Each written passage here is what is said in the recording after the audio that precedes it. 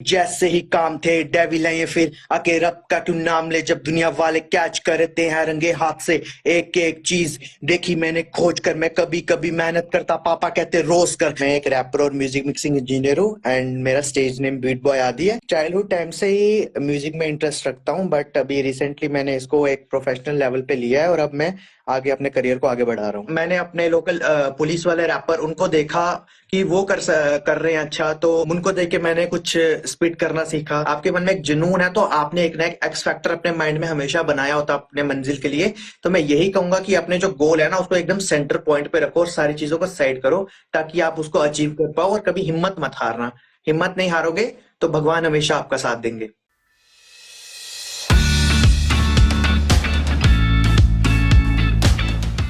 Good evening. Good evening ma'am, कैसे हैं आप? बस ठीक। मैं चाहूंगी कि आप खुद कुछ बताएं अपने बारे में हमारी ऑडियंस को।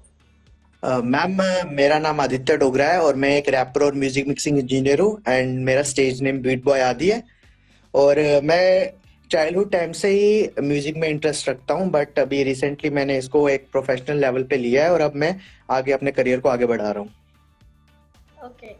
तो सर आगे इस सेशन को आगे बढ़ाने से पहले मैं चाहूंगी कि ये स्टार्ट जो हो या आपके रैपर से स्टार्ट हो। ओके मैम, मैं आपको कुछ लाइन सुनाता हूँ। मैंने कुछ लोग जो पीठ पीछे बातें करते हैं उनके लिए कुछ लिखा था। आज 10 साल हो गए मुझे जिंदगी में अपने सपनों को पाने की तैयारी में। दुनिया ने बहुत धोखे दिए मुझे पर मैं रुकने को ना कभी तैयार हुआ। काली में मुझे आए मारने को सबके सामने, यहाँ सबके एक जैसे ही काम थे। डेविल है ये फिर आके रब का क्यों नाम ले जब दुनिया वाले कैच करते हैं रंगे हाथ से एक एक चीज देखी मैंने खोज कर मैं कभी कभी मेहनत करता पापा कहते रोज कर थोड़ी होश कर। सुबह होगी दिन चढ़ गया जो मैं करना चाहता था वो तो मैं कर गया। वेरी नाइस, बहुत खूब, बहुत अच्छा रैप करते हैं सर आप। तो सर मैं जानना चाहूंगी कि आपने अपनी जर्नी कब और कैसे स्टार्ट की। मैम एक्चुअली मेरी जर्नी है, मैं चाइल्डहुड से ही सिंगिंग में और म्यूजिक में बहुत इंटरेस्ट था।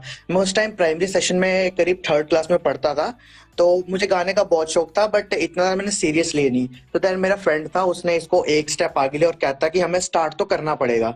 तो आप कह सकते हो कि मैंने फोर्थ या फिफ्थ क्लास से ही लिखना शुरू किया बट उस टाइम पे इतनी नॉलेज नहीं थी।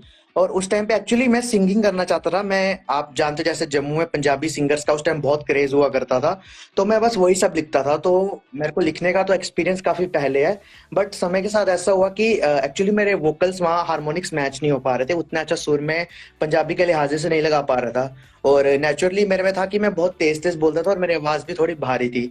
तो मेरे फ्रेंड ने मुझे सजेस्ट किया कि भाई तुम रैप करो बट मेरे को इतना पसंद नहीं था तो मैं करता नहीं था। तो एक दिन ऐसा हो कि हम लोग शूट पे जा रहे थे, उसने बीट लगा के बोला कि तू एक बार करके देख। तो मैं माना नहीं, मैंने बोला नहीं मेरे को इंटरेस्ट नहीं। उसने बोला नहीं बन तू रैपर लेकिन करके देख।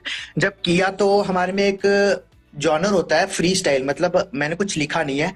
जहाँ तो आप मुझे कोई वर्ड दोगे मुझे इंस्टेंट रैप करना है बिना कुछ लिखे। तो उसने बोला कुछ गा के देख। जब मैंने किया तो वर्ड्स काफी अच्छे मुंह से निकल रहे थे तो मुझे लगा शायद मैं कर सकता हूँ, तो मुझे एक बार ट्राई करना चाहिए। तो मैंने ट्राई किया। उसके बाद देन मैंने कुछ 6 महीने की मेहनत के बाद अपना एक ट्रैक निकाला रुसवाई करके और काफी ज्यादा प्यार मिला ऑडियंस से उसको। और देन मेरे को रियलाइज हुआ नहीं मैं कर सकता हूँ और मैं फिर आगे बढ़ गया। तो सर आप म्यूजिक मिक्सिंग इंजीनियर भी हैं, तो हाँ जी मैम। ये इसका क्या मतलब है, ये थोड़ा सा एक्सप्लेन करेंगे। हाँ मैम, इसका कोई बहुत ज्यादा देखा जाए तो डिफिकल्ट मतलब नहीं है, टर्म थोड़ा सा बस कॉम्प्लिकेटेड है। एक्चुअली क्या होता है, जब हम एक रॉ सॉन्ग है, अगर आपने एक सॉन्ग लिखा है देन आप हमारे स्टूडियो में आते हैं, आप बोलेंगे उसको गाना है, आपने वहाँ माइक में डब करना है। डब करने के बाद क्या होता है, जो आपके वोकल्स होते हैं ना वो हमारे पीसी में चले जाते हैं। मैं आपको दिखाता हूँ, मैंने यहाँ एक सॉफ्टवेयर खोल रखा है। तो मैं एक्चुअली एफएल स्टूडियो में काम करता हूँ, ये बैंड लैब है। तो एक्चुअली क्या होता है आप देख सकते हो यहाँ पे कुछ बेसिक वोकल्स मैंने लगा रखे हैं। मेरा ही एक पुराना गाना था। तो मैम होता है जब हम एक रॉ गाने को डालते हैं ना, उसको पूरा एनहेंस करके एक प्रोडक्ट बनाना, एक प्रॉपर ऑडियो तैयार करना, दैट्स कॉल्ड म्यूजिक मिक्सिंग। तो इसकी मिक्सिंग और मास्टरिंग हम करते हैं, जिसमें हम इसमें लाइक अलग अलग चीजें ऐड करते हैं। मेनली पब्लिक को सिर्फ एक ही चीज पता होता है, वो होती है ऑटो ट्यून की, गाने में ऑटो ट्यून लगनी है। बट ऑटो ट्यून की जो टर्म है वो बहुत ज्यादा नहीं है, वो सिर्फ वोकल्स को एक रोबोटिक टाइप साउंड कर देती है। जो बाकी काम होता है उसमें हम इक्वलाइज करते हैं, जो कंप्रेस करते हैं वोकल्स को। देन हर एक चीज लाइक रिवर्ब, डिले और हर चीज को थोड़ा थोड़ा मैनिपुलेट करके जब हम एक ऑडियो में लगाते हैं, एक परफेक्ट ऑडियो तैयार करते हैं, तो उसे हम कहते हैं म्यूजिक मिक्सिंग, या हम मिक्सिंग मास्टरिंग उसको कह सकते हैं। Okay sir. तो सर जैसे जब आपने अपनी जर्नी स्टार्ट की है, हालांकि आपने बताया कि आपके फ्रेंड ने आपको बोला कि तू कर सकता है, लेकिन फिर भी आपकी पूरी जर्नी में सबसे ज्यादा सपोर्ट किसका रहा आपको?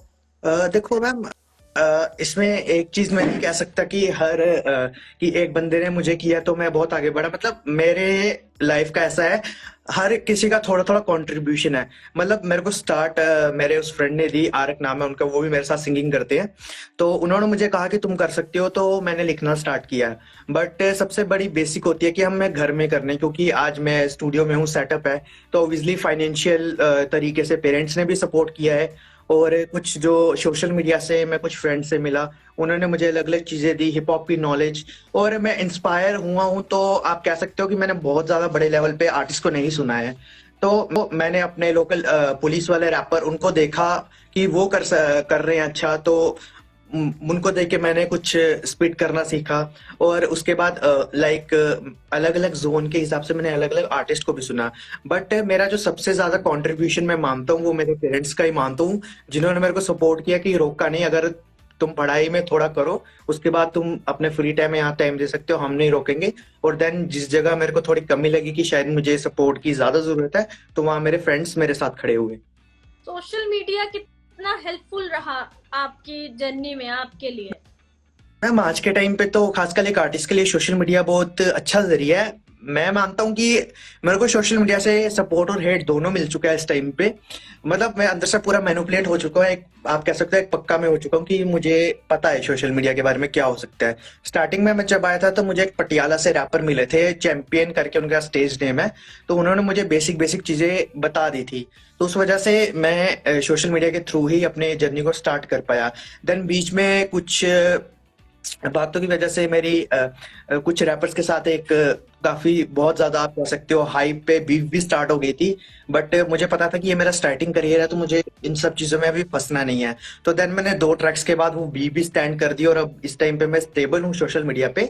लेकिन हाँ, सोशल मीडिया ने मुझे ये चीज समझा दी कि लाइक हमने इस करियर को आगे कैसे लेके जाना है, क्योंकि अगर हम इस चीज की नॉलेज लें, अगर टॉप आप कह सकते हैं एक्सपीरियंस्ड और परफेक्ट इंजीनियर अगर आपको बनना है मिक्सिंग का, तो आपको 4 से 5 लाख खर्च करके साउथ इंडिया में जाके आपको, या मुंबई में जाके इसकी जो है आपको लेनी पड़ती है। क्योंकि साउंड इंजीनियरिंग एक ऐसा कोर्स है, ये आपको किसी नॉर्मल यूनिवर्सिटी वगैरह में नहीं मिलेगा, ये आपको अलग सेपरेट म्यूजिक स्कूल्स होंगे। और यहाँ तक मेरे को पता है जम्मू में ऐसा फिलहाल कोई कॉलेज या कोई अलग स्कूल नहीं है इसके लिए।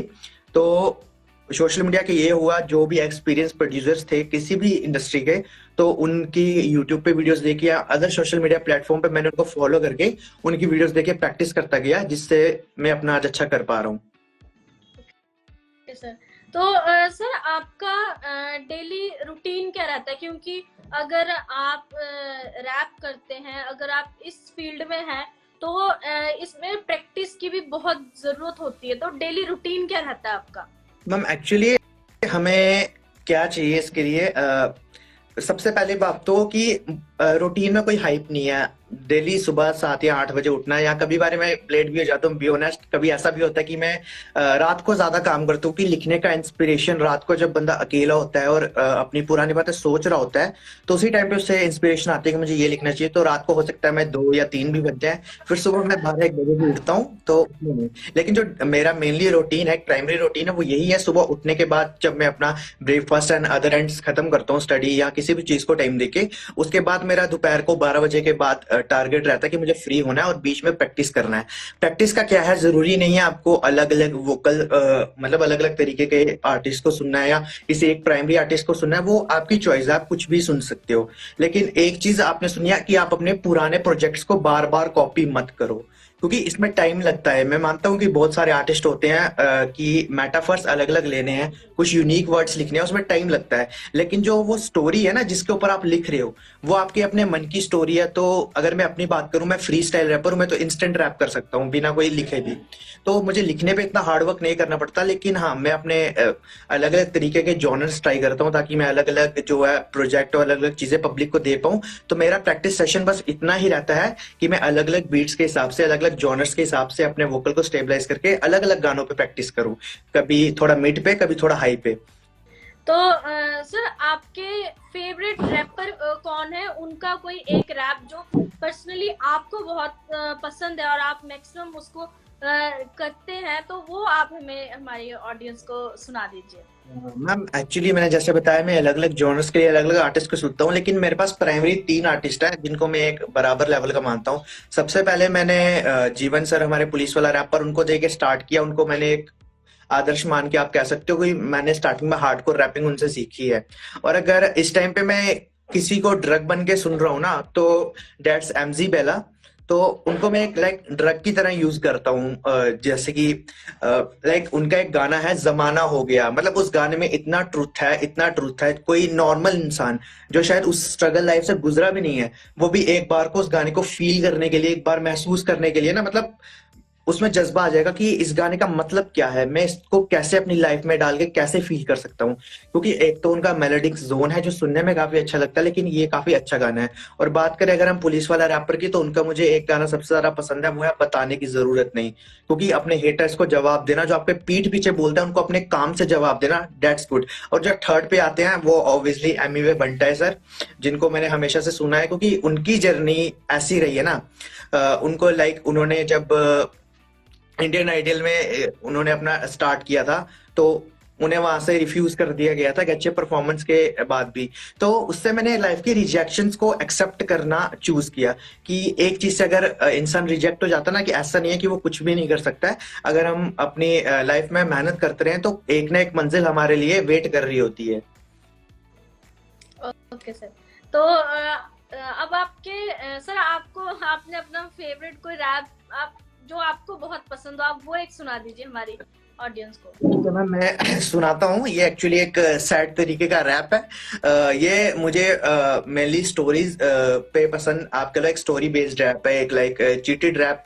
लेकिन मैं इसको इस तरीके से पसंद नहीं करता। पसंद मैं इस रैप को इसीलिए करता हूँ क्योंकि लाइक ये मेरे जो फ्रेंड है, इसको सिंगिंग के साथ काफी अच्छा एनहेंस किया गया था, इसलिए मैं इस रैप को बहुत ज्यादा पसंद करता हूँ।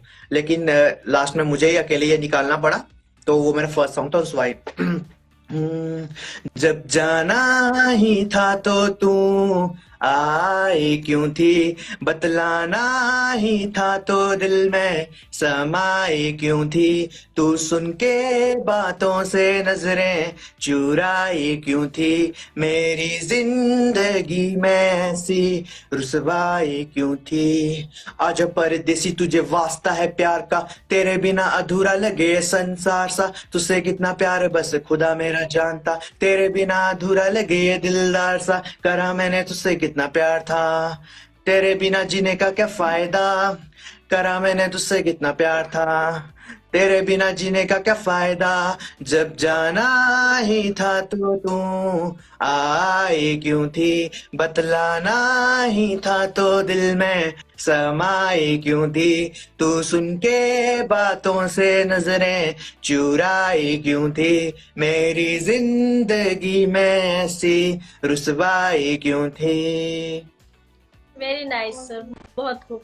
तो सर, मैं चाहूंगी कि जाते जाते आप हमारी ऑडियंस को कोई मैसेज दें। आप हमारी ऑडियंस को क्या मैसेज देना चाहेंगे? मैं सिर्फ ऐसा ही, एक ही सिंपल जो रूल रेगुलेशन होता है ना, एक जिंदगी का रूल, मैं सिर्फ अपने सारे भाई और बहनों से यही कहना चाहूंगा कि अगर आप किसी चीज पे अड़े हो ना, तो अड़े रहना। क्योंकि एक जो टाइम आपके आएगा कि आपको ना सब लोग पकड़ के, ये शोल्डर्स होते हैं ना आपके, जाम कर दिए जाएंगे, आपको चारों तरफ से ना चेन से जकड़ा जाएगा, खींचा जाएगा कि आप लोग को ये चीज नहीं करनी है। हो सकता है बहुत लोग आपका मजाक बनाए पीठ पीछे, हो सकता है कि आपके पेरेंट्स किसी टाइम पे आपको डब करे कि नहीं तू नहीं कर सकता, तू छोड़ दे सकता है, कि जिनसे आप बहुत ज्यादा उम्मीद रखते हो वो आपको खींचे, लेकिन आपको अड़े रहना है। क्योंकि अगर आपके मन में वो है, आपके आपके मन में एक जुनून है, तो आपने एक ना एक एक्स फैक्टर अपने माइंड में हमेशा बनाया होता अपने मंजिल के लिए। तो मैं यही कहूंगा कि अपने जो गोल है ना उसको एकदम सेंटर पॉइंट पे रखो और सारी चीजों को साइड करो, ताकि आप उसको अचीव कर पाओ। और कभी हिम्मत मत हारना, हिम्मत नहीं हारोगे तो भगवान हमेशा आपका साथ देंगे। Thank you sir. I hope कि आज के सेशन को आपने बहुत इंजॉय किया होगा। Thank you so much. Ma'am thank you so much आपका।